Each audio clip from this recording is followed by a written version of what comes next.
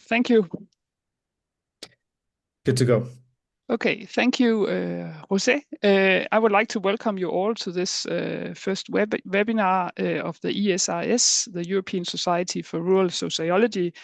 And I would also like to welcome Gianluca Brunori and Martina Tuscano, who have volunteered to present their view on the future of agri-food in Europe today. The idea was to have established scholars present and discuss with younger scholars, and also to raise the awareness of the journal that the European Society of Rural Sociology is in charge of, the Rural Sociology, the Sociologia Ruralis journal. This journal has actually been dealing with agricultural topics and discussions for many years, and we have been looking into the articles in the journal to see who could we invite for a webinar on this topic. So I would urge you to go into the Sociologia Ruralis webpage to see and follow the discussions going on the topic today, and also on wider rural sociology topics. I would also urge you to go to the ruralsociology.eu webpage, which is the ESRS webpage. That also has information about the upcoming conference. ESRS has this biannual conference, and this summer in July, it will be held in Riga, and you can find information via our webpage. There's also a call for new executive committee members on the webpage, so if you're interested in joining our association, please get in contact with us. Those were just my welcoming words. I am very happy to see so many of you here today, and I'll give the word to José Ribeiro to moderate this webinar. Thank you. Thank you, Annette. Once again, thank you for registering to this webinar called Envisioning the Future of Agri-Food in Europe, Navigating Polarization, Food Justice and Democratic Challenges. I invite you to feel free to open your cameras. I think it creates sort of a more inviting sort of environment, but if you cannot or wish not, it's also okay. So before I pass the word to our first guest, to Professor Gianluca Brunori, I would just like to say that the choice of this, the theme for this webinar, and we hope to turn it into a series in which we have established scholar and an early career researcher to sort of have a debate. The tone for it is this urgency of thinking food policy today. One could argue that historically there's also sort of a urgency to think food policy because it's food and without it we die. So that urgency is always there.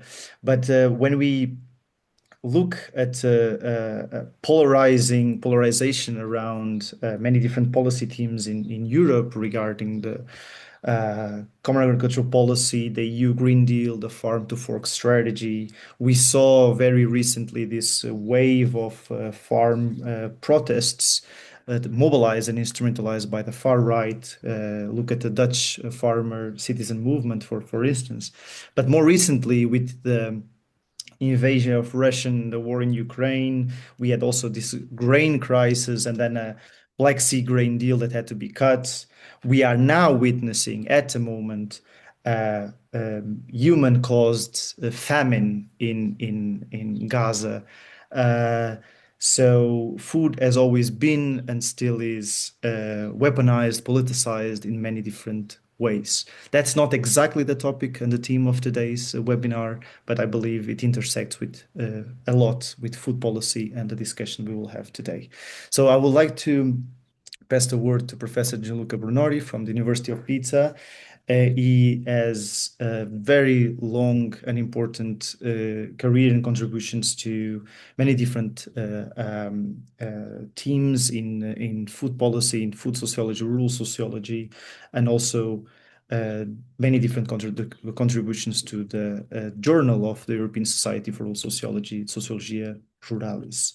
You had, and before I pass the word to you, Gianluca, you have contributed to an article published back in 2002 called Rural Development from Practices and Policies Towards Theory, which really sets a new understanding or calls for a new understanding of rural development. So over 20 years from the publication of that article, and what sort of challenges in agri-food remain to be tackled today or have worsened, and what new challenges have emerged since? This is sort of a question I would like to put to you to frame your presentation. Thank you very much, and I'll pass the word to you.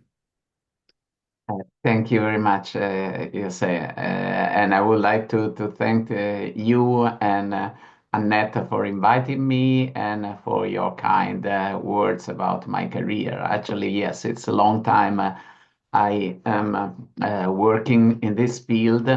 And just to tell a little bit of biography, I turned to sociology because I was not satisfied about agriculture economics approach to these issues.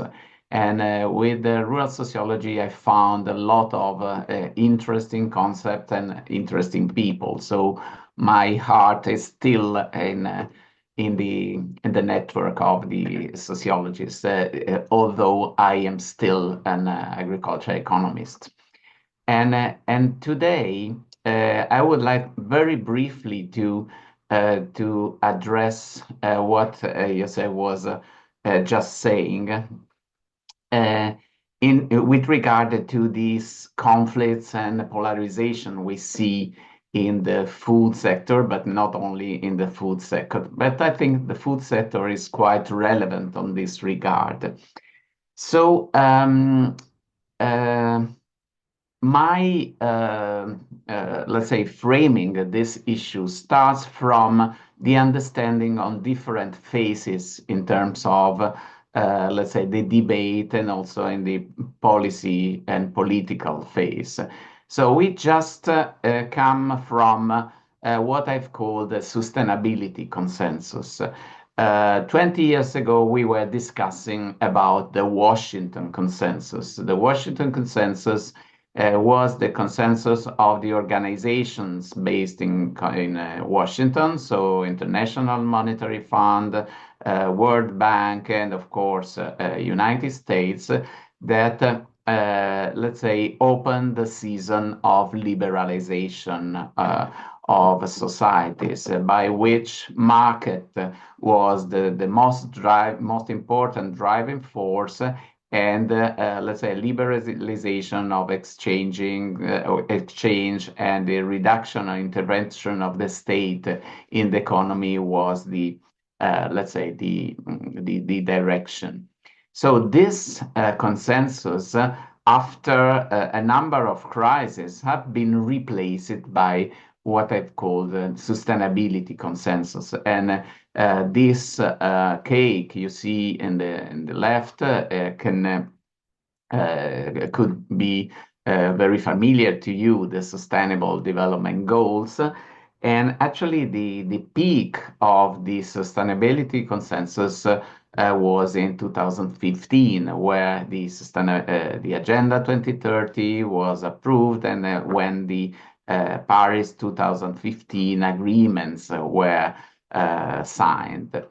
This was a good time, at least for some of us, because also at the European level, we had the head of the European Commission saying that with our European Green Deal, which is a kind of byproduct of Agenda 2030, we want to pave the way for a green and inclusive transformation of economies and societies. So for many of us, in terms of policy, but also in research, we have dealt a lot with this issue of transformation. Transformation addressing the issue of ecological transition, which means a transformation of the economy according to principles related to ecology and also social justice. But what happened a little bit later, starting from 2020 or 2019, we had, first of all, we had COVID. And during the COVID, some bodies started to say, okay, but the context has changed. And so maybe also the objectives of transformation should be changed. Somebody would say the context has changed, but then let's postpone some targets. And there are another group who says the context has changed, but then the need of transformation is even more urgent because the COVID showed that the Washington consensus didn't work anymore. We should really rethink our society also in the light of the crisis. But at the same time, as this picture show, maybe you have already seen it because it has become a little bit quite famous. The idea is that COVID was not the only crisis because after the crisis, we would have seen the recession, but also at the same time, there was the climate change, that incumbent climate change. But we didn't think at that time that the war was coming, and so this has made some observers to talk about the perma-crisis or polycrisis. So the crisis becomes the norm, not the exception, and the crisis poses an external threat to all, and so. Probably a new consensus is needed, but the crisis as a byproduct generated also another phenomenon, as José was saying, polarization. Polarization is something that we didn't see in the preceding phase. The preceding phase was based on a kind of consensus, and I will get back to it in a moment. But with polarization, we have forces that, let's say, pursue systematically ideological division, rise of us versus them mentality, media fragmentation, partisan alignment, social and cultural fragmentation. And this brings to erosion of democratic norms, threat to social cohesion, and what is even more important is that from the policy point of view, it can bring to policy paralysis or even worse, violent restructuring. So this polarization is something that should be, to as much as possible, avoided, unless we are still thinking that maybe from polarization and a revolution, a violent restructuring could provide more progressive situations. So Ursula von der Leyen tried to, let's say, address this issue of polarization, establishing a strategic dialogue on agriculture based on a vision of the future, principle for a policy, and recommendation. So 29 stakeholders was gathered, and these stakeholders belong to different positions, a lot of environmentalists, etc., and they reached a common position. As you know, this strategic dialogue is a compromise, is something that signals, let's say, a backstop on the purposes of the Green Deal, but nevertheless, it regards certain principles that create or maintain some consensus. The fact is that, for example, in the Parliament now, the proposal for reform of the Common Agriculture Policy is just picking some aspects of the strategic dialogue, and in the end, it's watering down the strategic down. But this makes me to raise a question. Do we need consensus, or we don't need consensus? And this is relevant because for several years in the late, especially lately, we have considering this issue of deliberative arenas. So establishing places where different stakeholders can discuss together, also with different positions, but about transforming the food system, because the transformation of food system was considered let's say, a common goal. And so we have seen, for example, several food policy councils at local level gathering to discuss how food could be more sustainable, more just, etc.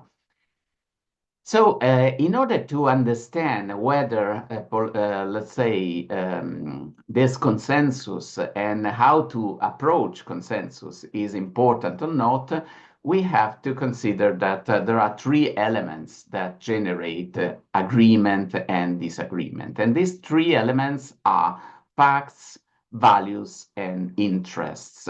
So we have to think that combining these three aspects, we can generate partial consensus, let's say a wide consensus, and at the same time we can play with them in order to activate some transformation. For example, in facts that there is a lack of evidence can support the generation of consensus.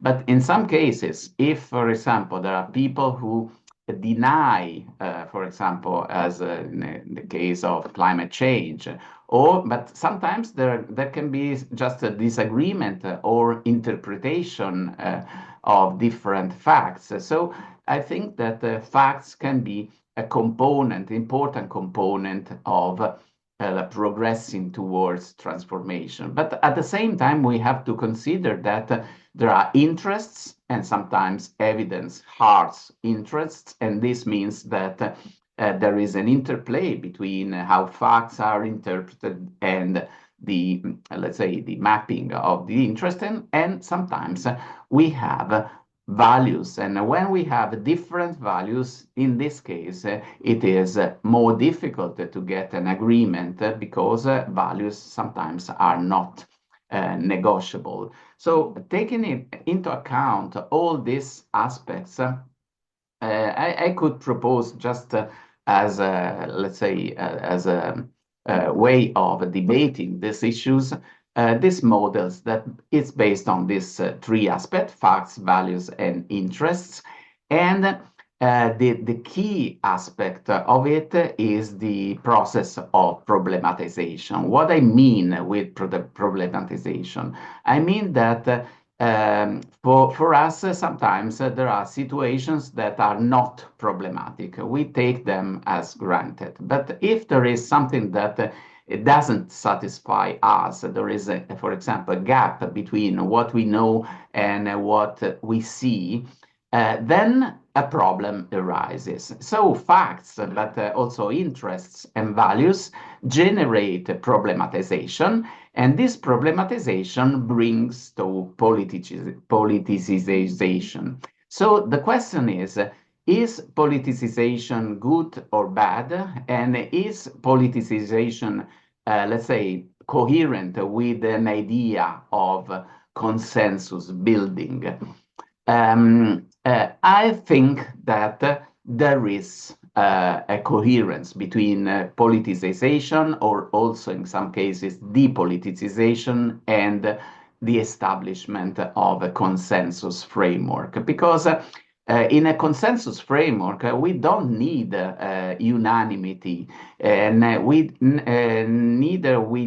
need let's say, total agreement on everything. We can consider that any consensus framework, for example, the consensus on sustainability, there are different keys of interpretation of the same concept of sustainability. So we can have the flat key that, for example, accept just the minimum level of transformation, and a sharp key that envisage a more radical aspect of transformation. But in a democratic setting, these aspects, politicization and depoliticization, are part of the dynamics of the consensus framework that help societies to advance, to create, and to make decisions for transformation. Polarization, on the contrary, as I said, creates conditions for total paralysis of policy decision. But we know that when policy decisions are not made, there are other forces, markets, or even, let's say, geopolitical conflicts that will change the transformation. And in a situation of the crisis, political, let's say,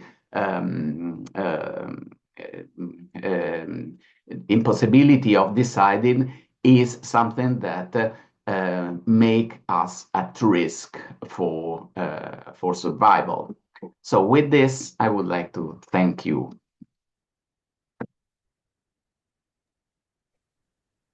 Thanks a lot, Professor Gianluca, for your intervention. I really think it's a good fit, a good start to link now to pass to Martina, because you brought this idea of how historically we reached this polarization, several polarization processes which affect policy. This turn into deliberative, the question of consensus or no consensus, and of course this question of needed transformative change. And when I'm passing now to Martina, and just to give a parenthesis before I pass to Martina to the participants, because I think most of them did not hear that at the beginning. We will have starting presentations. We had one from Professor Gianluca, now from Dr. Martina, and at the end they will have sort of a debate. So this is just the first intervention to set the tone of the webinar. So Martina is co-author of a very recently published article in Sociology Ruralis, in which she, with the co-authors, articulates questions of food justice and food democracy. So with bringing insights from 3 local projects in France, in Brazil, and in Belgium. So I really do believe that her insights will match well this conceptual framework brought by Gianluca. And but in that sense, I would like to also pose you the questions of, Martina, what sort of challenges, considering your research, do you see in the intersection between food justice, food democracy, and the role of participatory governance, which I really think it matches well with this question of deliberation that Gianluca brought. So, and I forgot to say that Dr. Martina Tuscano is a researcher from the University of Marseille. So thank you very much and welcome. Good morning to all. Thank you very much, José, and Annette, to this invitation. I'm very happy to contribute to this conversation about the future of agri-food system in Europe. I would like to very quickly introduce myself. I'm an environmental sociologist. My research focuses on collective action around agricultural and food resources and on local agri-food policies. I got my PhD in sociology at French National Institute of Agronomic Research. And during my PhD, I studied alternative food networks in the southeast of France. Since then, I've worked on agrobiodiversity policies in the Drôme region, always in the southeast of France. And as you already said, José, since September 2024, I've been recruited as associate professor at Aix-Marseille University, where I'm developing a research program on citizen mobilization in defense of farmland and particularly against green energy projects. So why I want to underline that my research are based on localized and in-depth fieldwork and localized case study, because everything I will say today comes from my situated ethnographic perspective. However, I was invited, as you said, to contribute to this collective reflection, in particular through a paper I co-authored with Claire Lamine, Marlène Ferreisen, Terena Perez Castro, and Sibylle Bouy. This paper is titled Articulating Sustainable Transition, Food Justice and Food Democracy, Insights from 3 Social Experiments in France, Belgium, and Brazil. And it has been published in Sociologia Ruralis in 2023. So I will try to give you some insight of this paper, to present you this paper, and to put in perspective with the main theme we are discussing today. So for writing this paper, we started from a key idea that is well established in the literature. The idea is that food justice and food democracy have to be addressed together because of their reciprocal links. What does it mean? The concern for food justice, the acknowledgement of inequalities, the identification of those are left out, is a precondition for participation, and at the same time, participation contributes to the empowerment of marginalized actors, which is a precondition, in fact, to foster food justice, as many scholars, many colleagues already shown. So our main goal in this paper was to understand how concrete initiatives and promoters of local programs can move beyond ecological sustainability to also address social justice and democratic participation within food system. How did we do that? Concretely, in this article, we looked at how the promoters of 3 concrete initiatives try to make food system transition not only sustainable, but also socially just. And to refer these notions of food justice and food democracy, we choose the concept of distributive and procedural dimensions inspired by the work of Nancy Fraser. And we choose 3 cases that are a local educational program on sustainable food practices in France, a national school feeding program in Brazil, and a grocery store run by local citizens in Belgium. So why we choose these 3 cases? All these initiatives and programs emerged at the intersection of civil society and public policies. That what we find really interesting, and each one tests a specific mechanism to support more sustainable food practices. That is why we propose to see them as social experiments, because they aim to reduce food injustice. To varying degrees, they try to increase public participation, and in doing so, they also contribute in some way to building food democracy.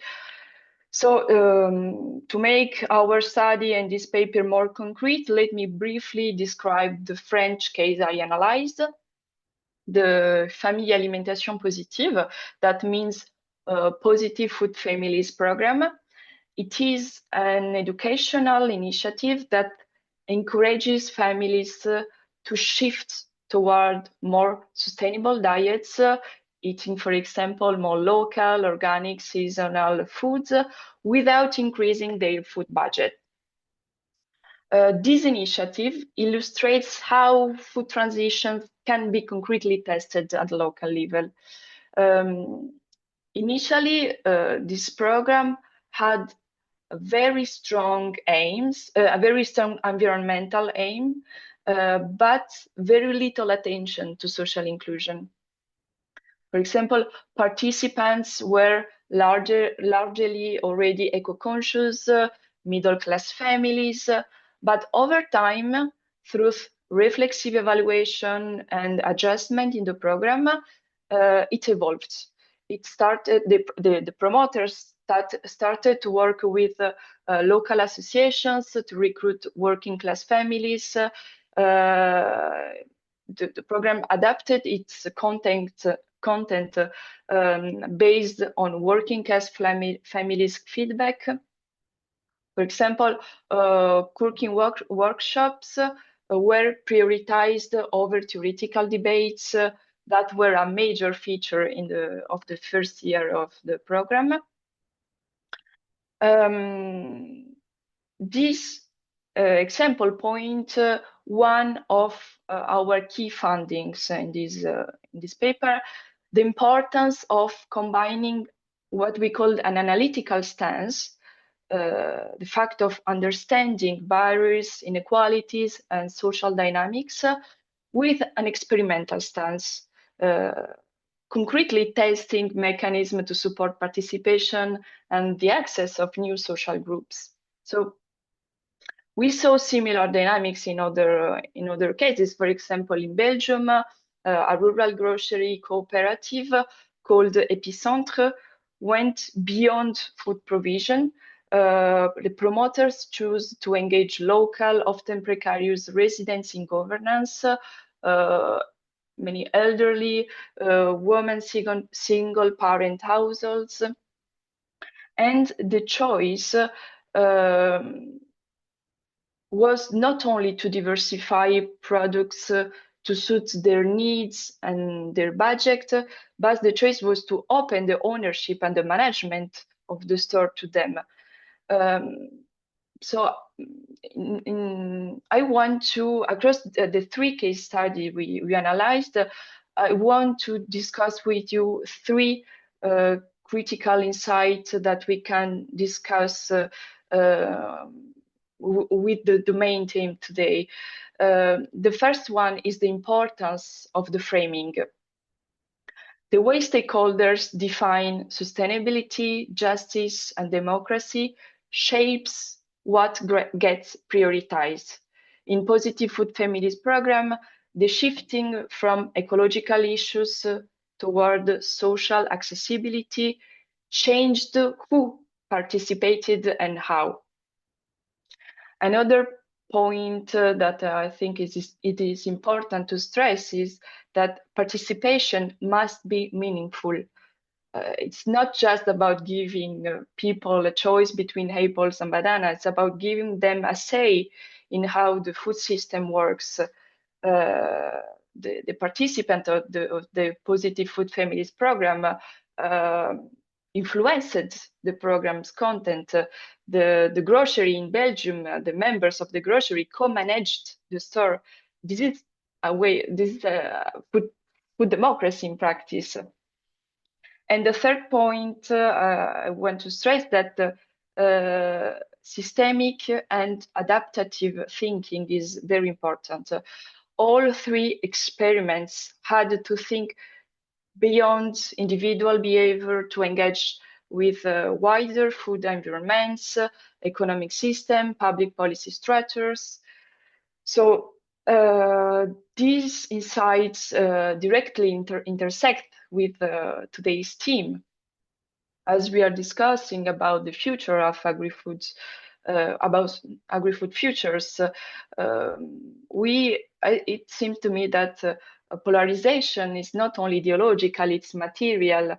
It's about who can afford to eat well, who is heard in food policy making, and whose knowledge counts. I want to close my intervention in saying this. Our paper, our contribution showed that just sustainable transition are not linear nor perfect. They require experimentations, humility, and also a willingness to revise course, to revise trajectories. But in some way, it also shows that they're possible. They're happening in small towns, school kitchen, rural cooperatives. And the big challenge is to support, to scale, and to learn from them. Thank you very much.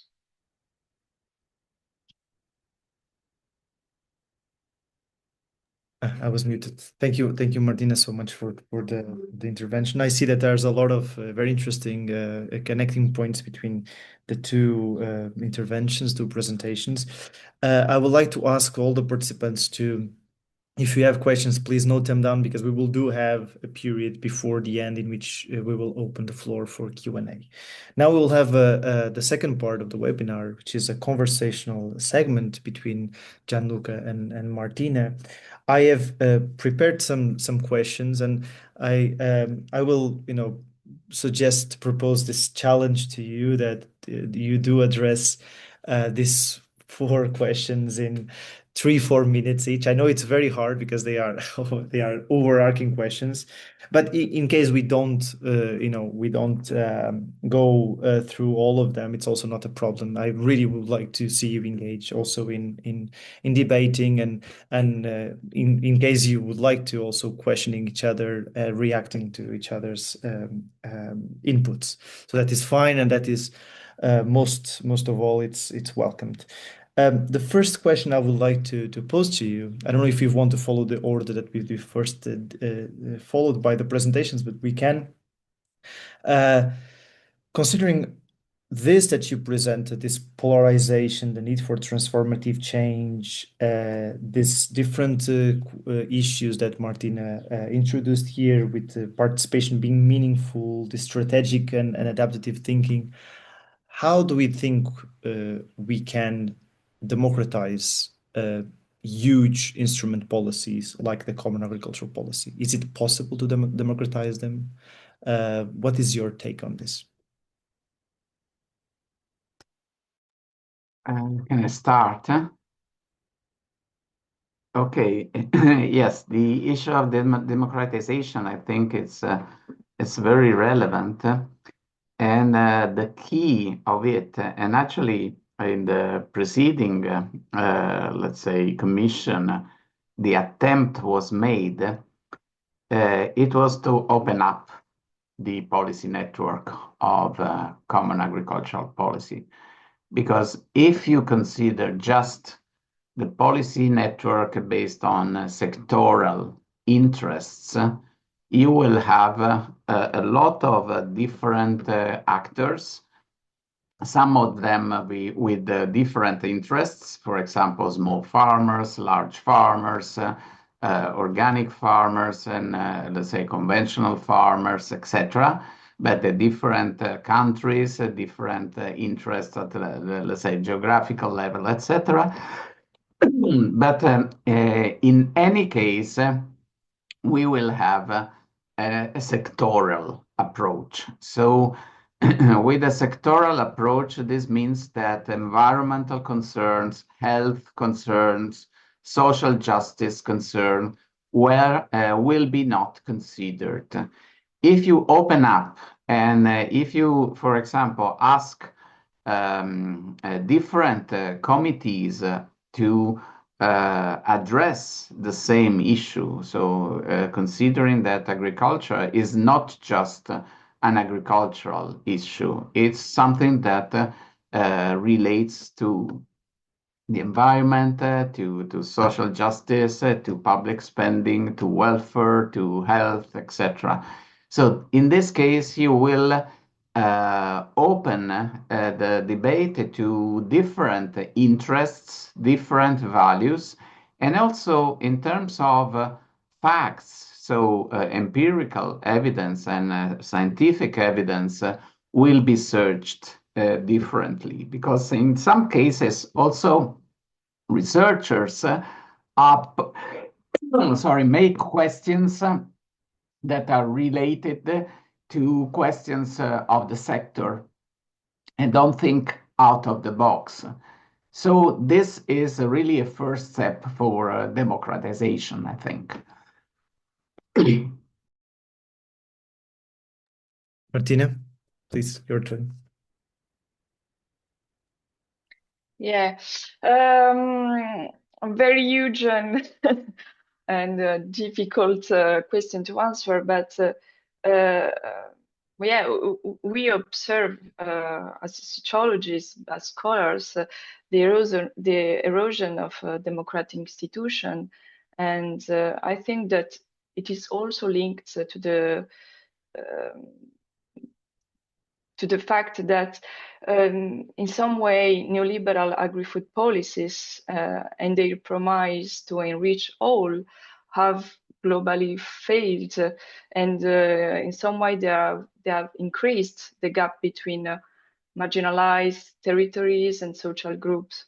So as I said before, this put us in front of a fact, is that this, what we call today polarization, is not only ideology. It's not just a separation in ideologies, material. It's about who can eat organic production, who is heard in food policy making. So I think that one way to democratize agricultural policy is to create ongoing adaptive spaces where food system transitions are co-produced by those who live with their consequences. What we also showed in this paper, which is very it is already established in the literature, is that one size fits all, the limits of one size fits all policy approaches. So in order to favor just and democratic transitions towards sustainable food system, it is, for me, it is very important to support a wide range of initiatives and programs.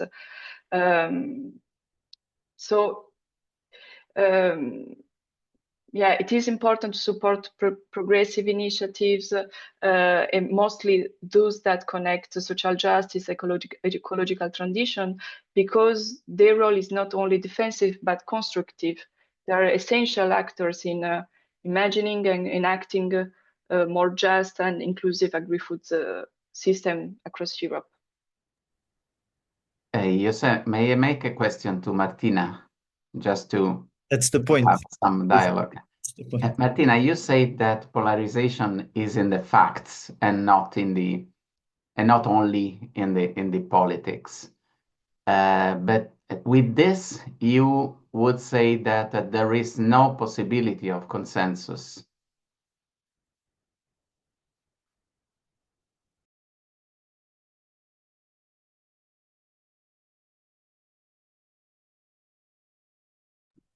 You are muted, Martina. Sorry.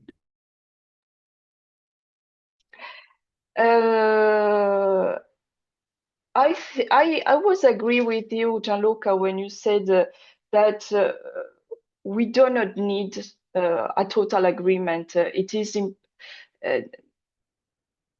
for me, tensions and conflicts and the confrontation between different ideas, different position, it is part of a health democratic life and a health democratic system. So when I say that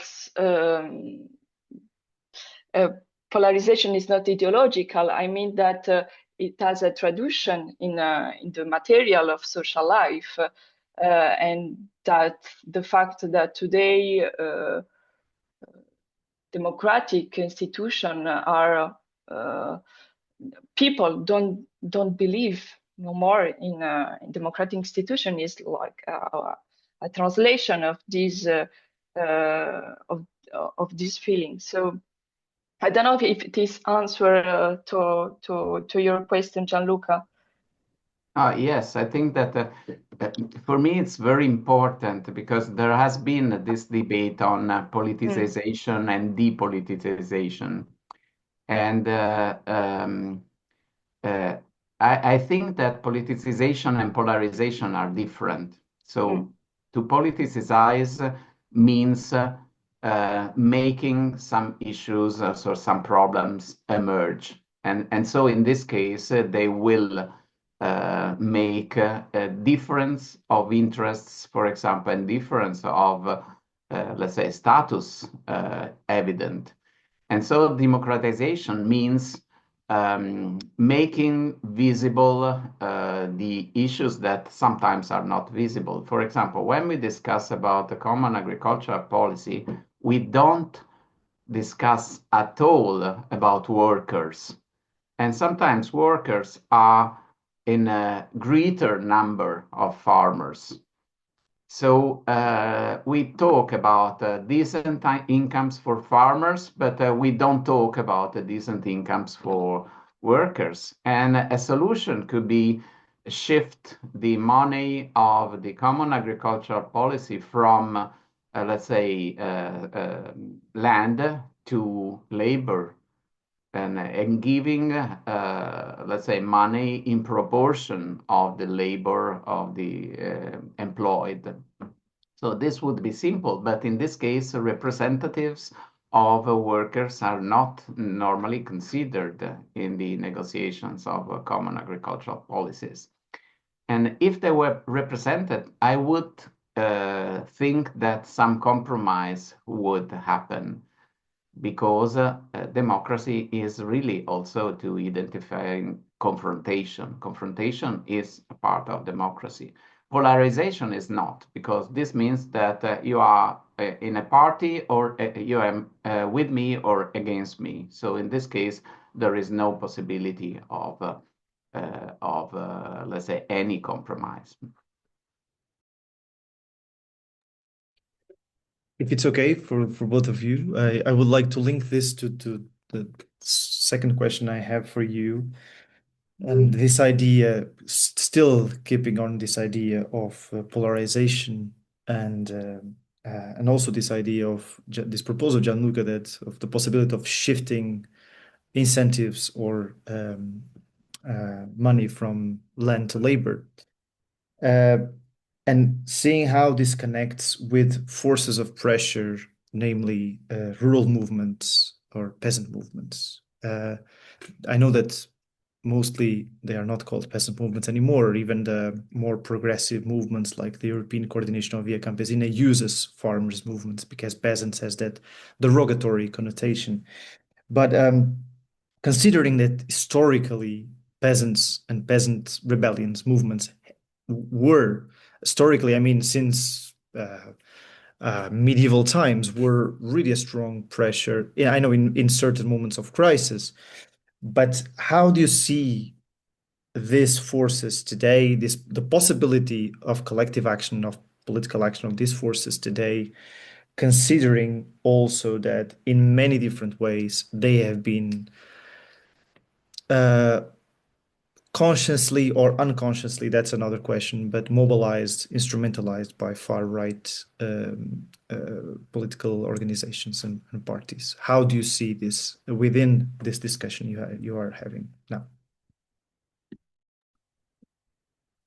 If I can start, I think this is a field where there is a lot of need of rural sociology, because my feeling is that the category of peasants that 20 years ago was necessary to, let's say, to oppose to an idea of farms based on just specialization and concentration, has to be taken into consideration and revisited, because now we can see a lot of different patterns of farming. In some cases, we have just the pieces of land. In Italy, we say the deactivated. So there are owners that ask, let's say, machinery services to work their land, and they don't have any, let's say, direct connection with the land. And this is not small or big. In some cases, we have just land. We have multifunctional farms, we have part-timers, we have, let's say, retired people that do farming. And I have the feeling that this is a field still unexplored. So we don't have enough information and also elaboration of the typologies of farmers. And sometimes also the, let's say, the understanding of farmer protests in Brussels has been centered on an idea of small or medium-sized farmers with belonging to family farms, white and male. The reality, I have the feeling, is very different, and I'm not sure that the protest has, let's say, represented the diversity of farmers. So, whereas I think that the Via Campesina has been very important to carry forward new ideas, the idea of combination between agroecology, social movement, small farming, a different idea of farming. But again, there are very fast changes, and we should really have a sociological look at them. So to see who are really the farmers and peasants in our societies at this moment. Martina would like to react. Yeah, I completely agree with Gianluca. Say that there is a strong need to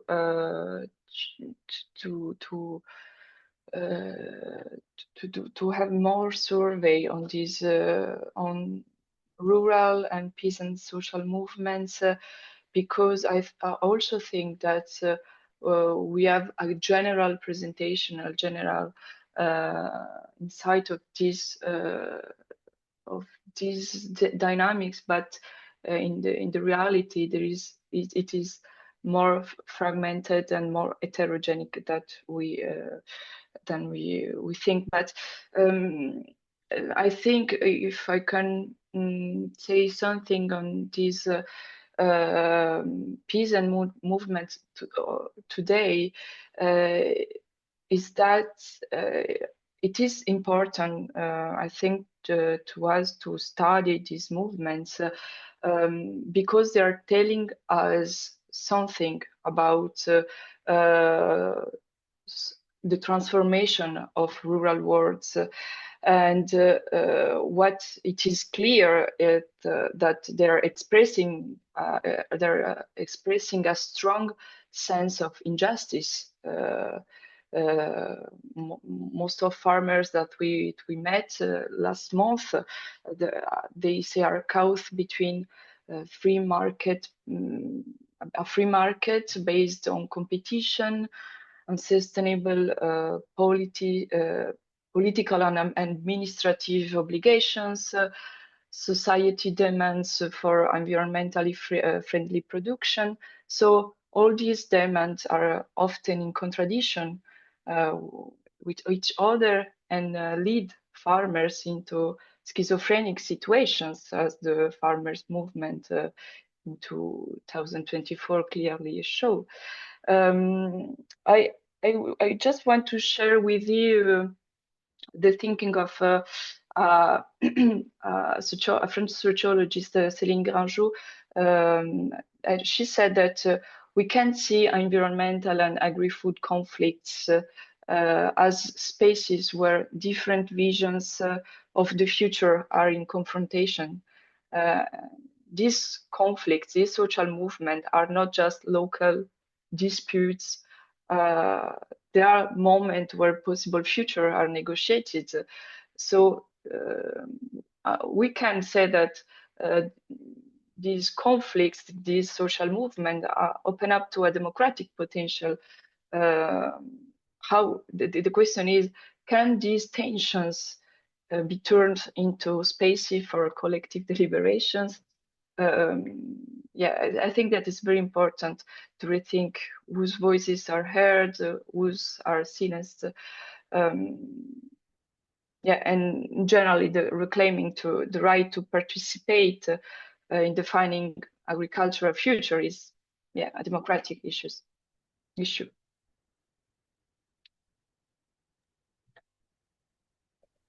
Okay, so if you don't want to react further on this, and before I pass to the Q&A, I had a question about what sort of challenges for present and future research on rural sociology you see, but you already answered that question very, very clearly too. And I also believe that it's useful. We have PhD candidates among us in present today. So if anyone wants to pick on this thread, we really do need research on this.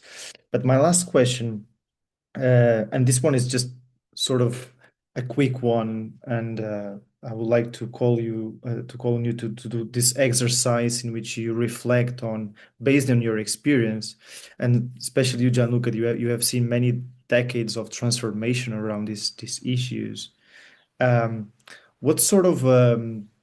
What kind of futures are we imagining or not imagining at all, or what kind of futures do you see for agri-food? We can circumscribe it to Europe, but not just in Europe, because things don't work like that anymore.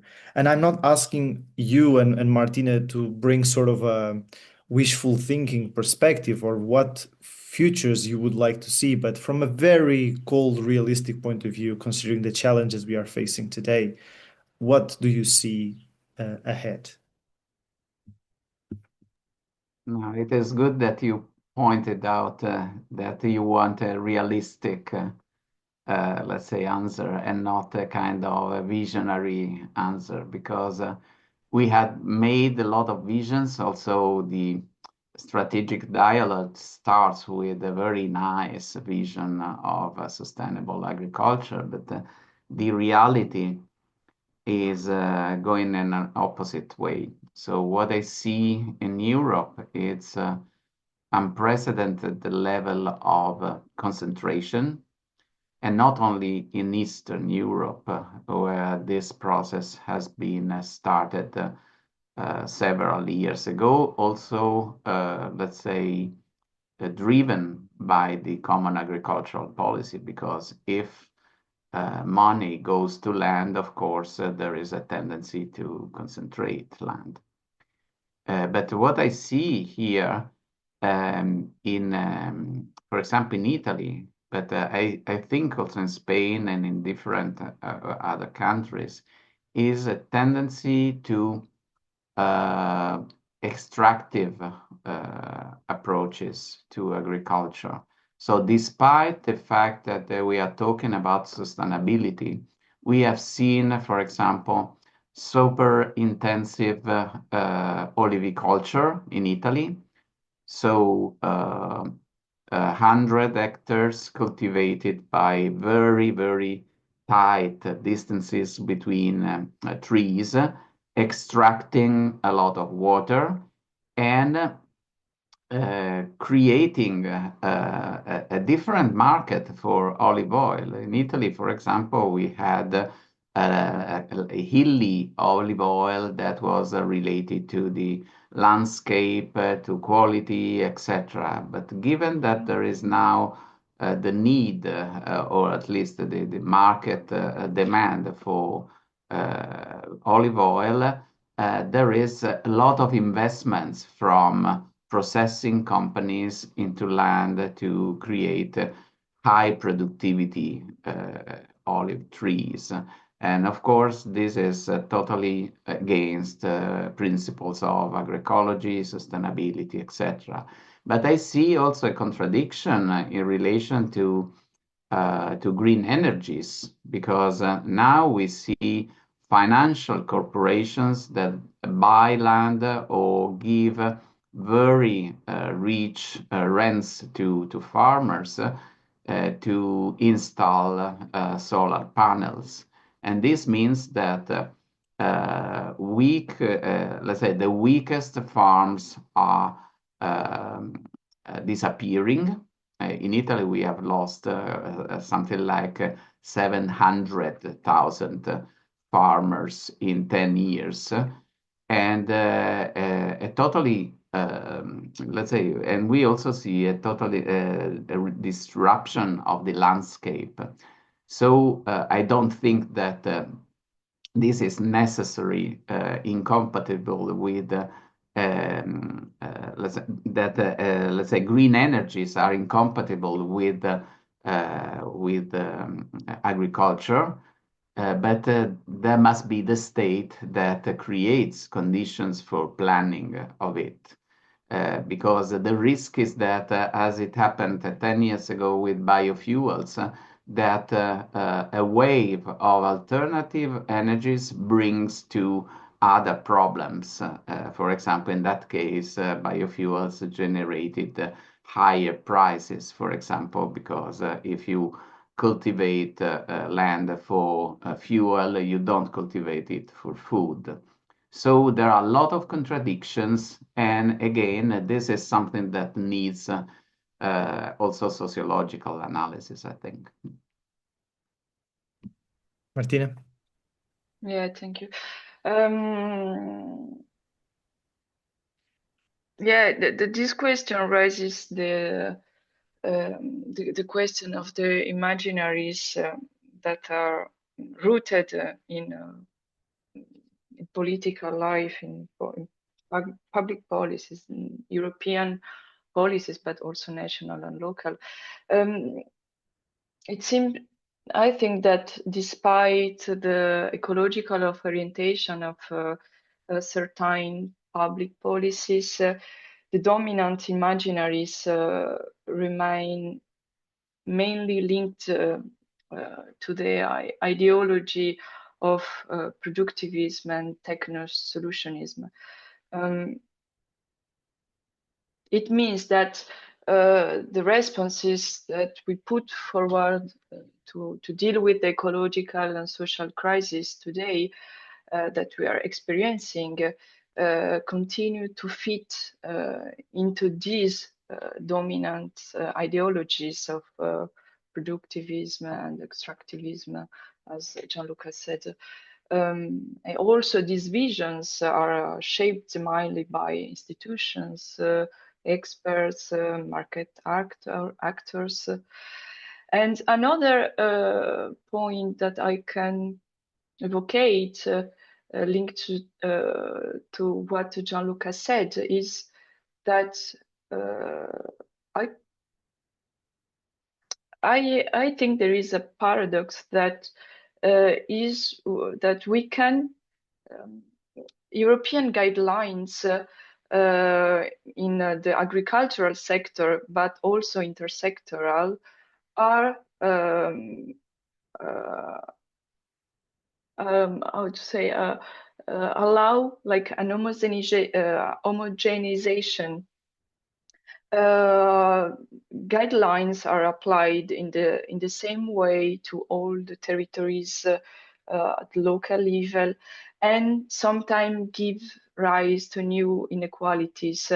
I was thinking when Gianluca was talking about the current competition for green energy, which is creating new inequalities in rural areas and creating new form of competition between energy production and food production. And this is a process that is affecting many European regions all over Europe.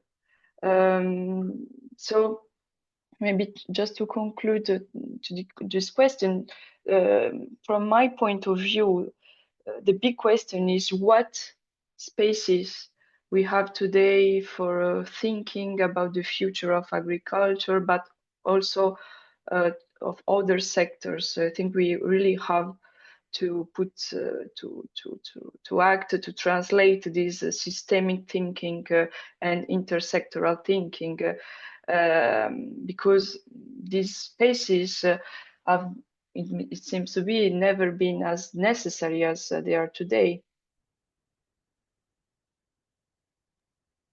Thank you so much for both of you. We will open now the floor to Q&A. I saw that Gianluca, you kindly already answered a question on the chat from Rosica. I also would like to say that this last question was not to sort of end this with a sense of defeat. It was to bring about, and using the known Gramscian formula, the optimism of the will. Okay, so anyway, I open the floor to Q&A, and yeah, we still have some time, so please take the opportunity to ask about the different topics, the themes, discussion that just happened, but also if you have other not exactly related questions, please go ahead too. And I know that the first one is always sort of a difficult one, but please do feel comfortable. I think this is a very comforting and comfortable environment, and very informal too.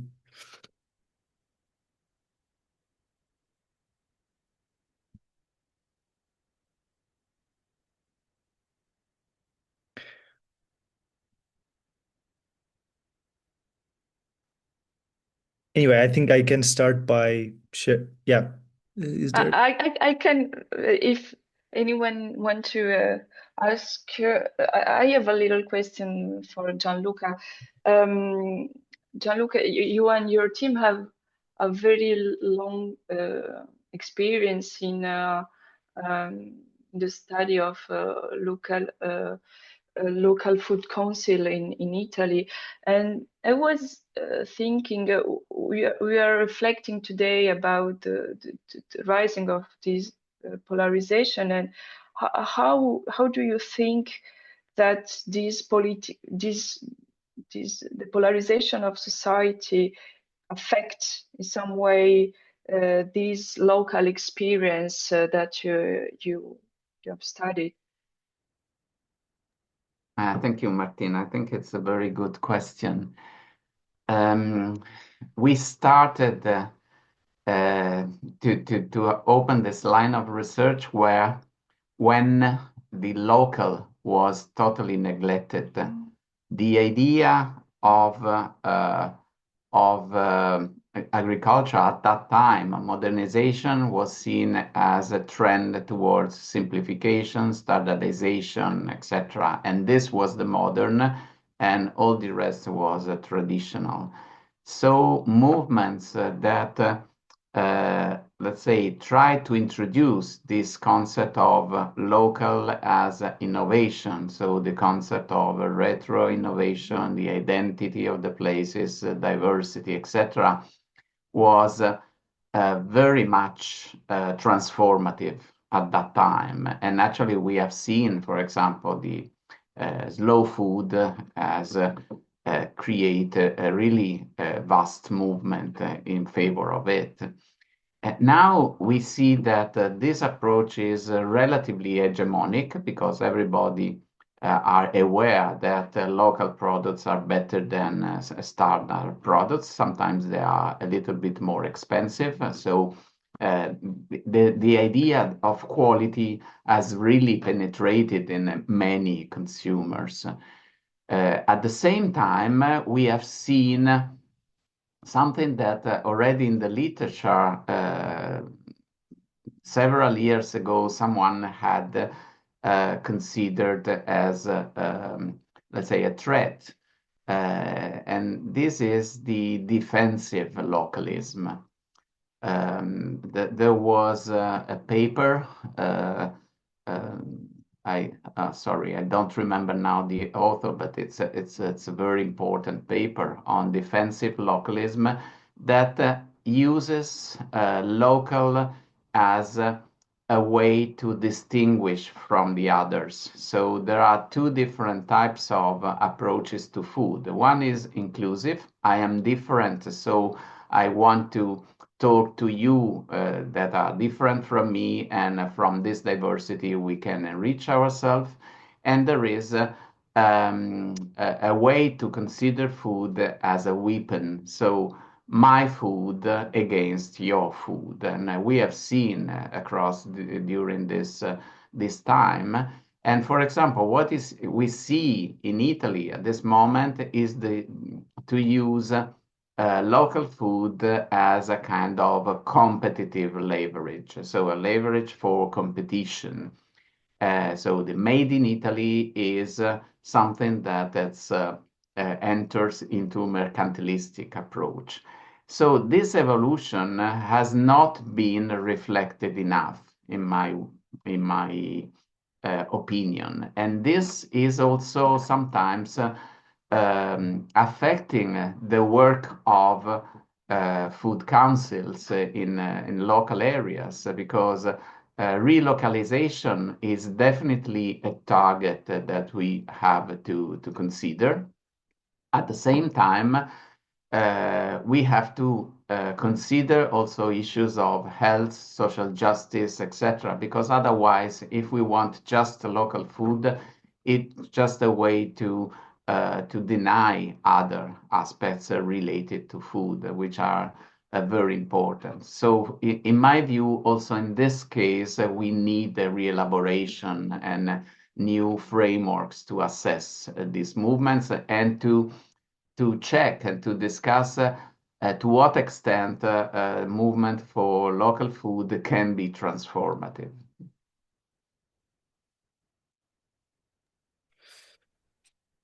We have a question from the chat, and I'll just read it, and after that, maybe we do one last round if you have any other questions before closing. So I'll just read it. It's from Marco Serino. There is an ongoing positive narrative on the use of ICT and AI, for example, in precision agriculture. But there are many critical aspects of it, and it seems a dominant narrative in some sectors of agriculture. I was wondering about how to deal with it as a way to improve sustainability, if this is the dominant trend, or has a controversial strategy that also has to do with the commodification of data as the production of agriculture. I think this is an aspect that we have not tackled today, and it's very relevant because it has been, also promoted as one of these possible, imaginaries, that technology will save us all. Yeah, I would like to, you to react to it, Gianluca and Martina. Martina, if you want to answer first.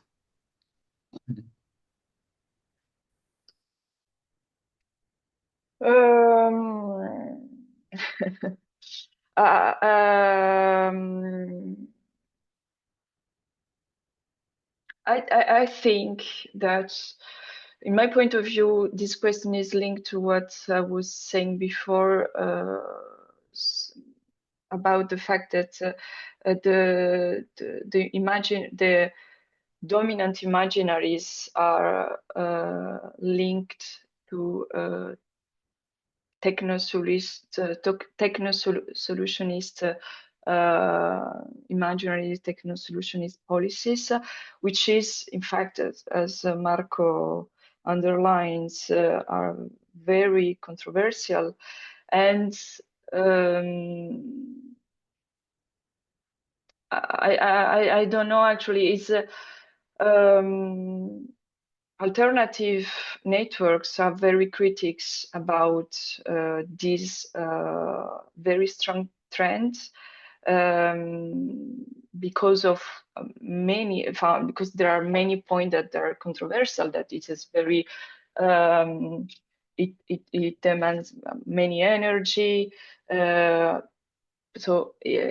the question is, it is compatible with the fact that we are going toward a crisis of the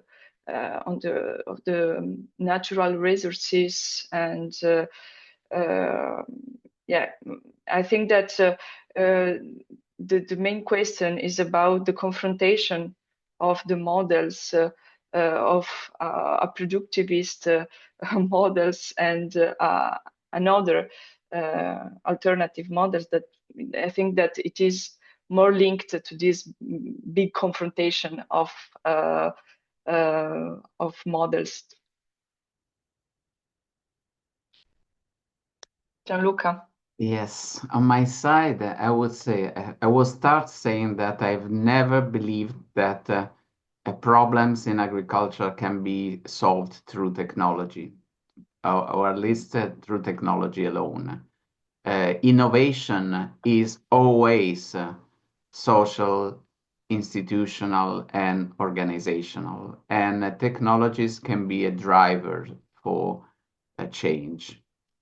This said, I would say that you're right, Marco, that sometimes the narrative of digital technologies put the equation sustainable equal digital. So with digital technologies, we can save a lot of work, a lot of water, a lot of fertilizers, a lot of pesticides, etc.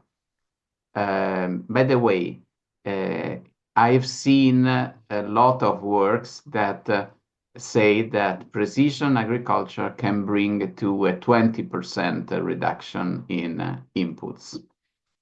Now, if you think that the Green Deal was aiming at reducing fertilizers by 50%, so we can say that the cost it's not worth the expenditure. This means that if we want to use digital technologies, we have to use them for a different model of agriculture. So the real question is, can digital technologies support the agroecological transformations?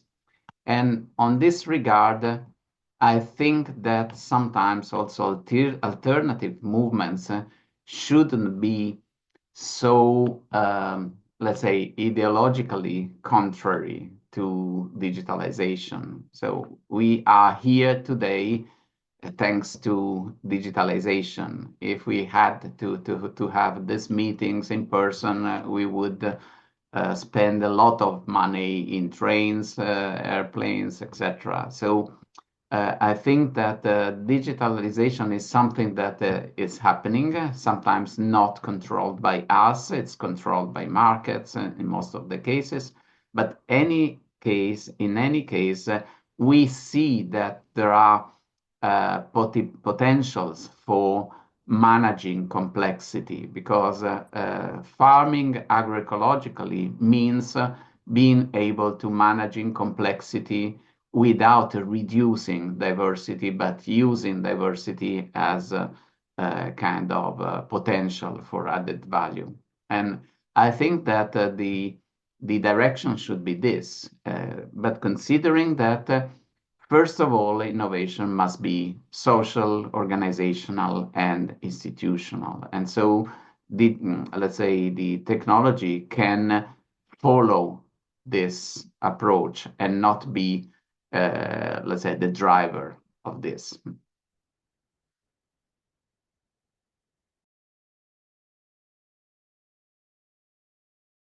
I'm muted now. Okay, one last question before we finish. It's from Marie. She wrote on the chat, I would like to go back to the question of rural movements. Do you see any momentum for common with environmental and climate movements in your empirical work or contexts? Thank you. Common cause, sorry. So I'll read again. Do you see any momentum for common cause with environmental and climate movements in your empirical work or context? Thank you. So I guess common cause between rural movements, environmental and climate movements, sort of an intersectionality between them. Martina, again, if you want to go first. Marie, very, very good question. And I think that it is necessary to study. I think that every local movement can have there is a different degrees of intersectionalities in every movement. That's what they say. To what concern, I'm developing an exploratory research program on social movement against energy project. And for example, to what concern the French and Italian case we are studying, there is a fracture, there is a separation between environmental movement, ecological movement, and local movement against these projects. I think that the environmental questions are translating very different ways in local movements, and sometimes there are alliances. I don't know, it is the word, like they act together, they cooperate for a common cause. But most of the time there are big separation because of the values.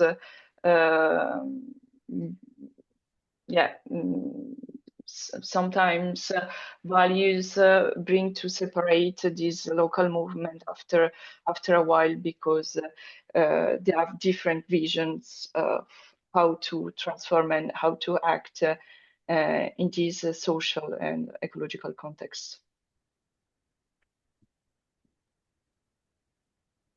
Yeah, no, I agree very much with Martina.